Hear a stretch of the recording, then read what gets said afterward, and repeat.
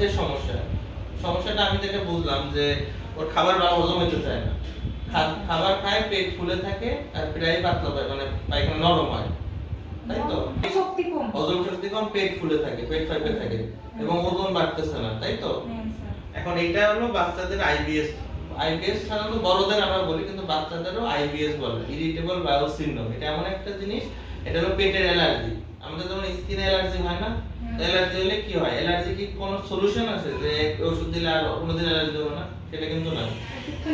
হ্যাঁ, ওষুধ খেলে কমে থাকে এবং যেসব জিনিস আমাদের অ্যালার্জি আছে ওইসব জিনিস আমাদের অ্যাভয়েড করতে হবে, তাই না?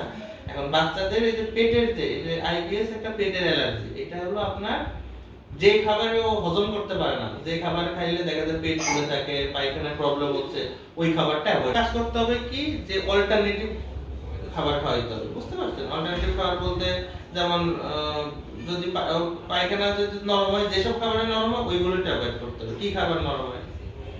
গরুর দুধ। গরুর দুধে যে পায়খানা নরম হয়, আবার গ্যাসের সমস্যা। তাহলে ওই দুধ পায়খানা স্যার নরম না হলেও পায়খানা স্বাভাবিক হইলেও মানে ওর ঢেক ওঠে, তারপরে পেট একটু ঠান্ডা। হ্যাঁ, তাহলে আপনার পাত ওই মানে বেশি সমস্যা হয় স্যার ওই বাইরের খাবার। বাইরের খাবার বন্ধ, আপনি বাসার খাবার খাও। বাসার কি খাবার খাওয়াবেন? নরমাল ভাত খাওয়াবেন, 2-3 বেলা টাইম করে খাওয়াইতে হবে। খাওয়ায় কোনো অনিয়ম করা যাবে না, ঠিক আছে? তেল, তারপরে আপনার ভাজা পোড়া, এইসব চর্বি জাতীয় খাবার এগুলো পুরো বন্ধ, বুঝতে পারছেন? তারপরে বাইরের চিপস, হ্যাঁ, বিস্কিট, এগুলো একদম বন্ধ। বাসার খাবার খাওয়াবেন, সময় মতো খাওয়াবেন। খালি চিপস, জুস না বিস্কুট। ভাত খাওয়াবেন। বিস্কুটের সমস্যা হয়?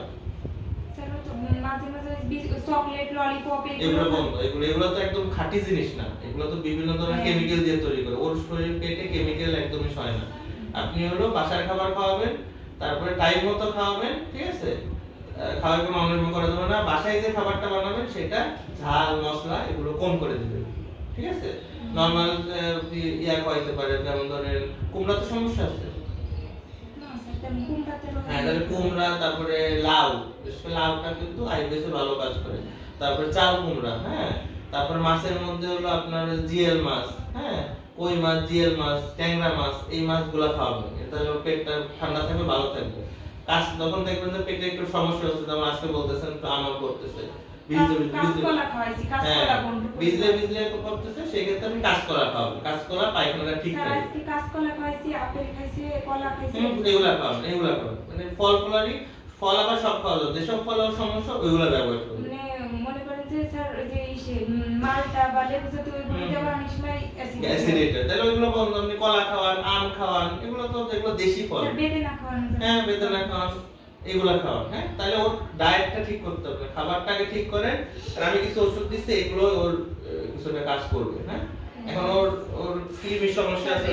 ওরে নিয়ে ভালো অনেক চিন্তিত, মানে ছোটবেলা থেকে গ্যাসের সমস্যা, গ্যাসের ওষুধ খাওয়ানো লাগে বা বাইসে খাওয়ানো লাগে। আপনি ফ্যামোট্যাক বা ফ্যামোমাস এই ধরনের গ্যাসের ওষুধ, এটা কিন্তু ওর অ্যাসিডিটি না। ওই ওষুধ আমরা কিসে দেই? যাদের পেপটিক আলসার থাকে, ওই সব দেই। ওর কিন্তু এটা না, ওর খাবারের সমস্যা। হ্যাঁ, তো গ্যাসের ওষুধ খায় কোনো লাভ নাই। ওর যাতে হজম ভালো হয় এই ধরনের খাবার খাইতে পারেন। আমি কিছু ওষুধ দিচ্ছি, আগে এগুলো একটু খাওয়াই দেখেন কি কন্ডিশনে আছে। আপনি সামনে 7 দিন পরে আনেন, তারপরে আমি বাকিটা আমি কি করা লাগে সেটাই করে দেব, ঠিক আছে?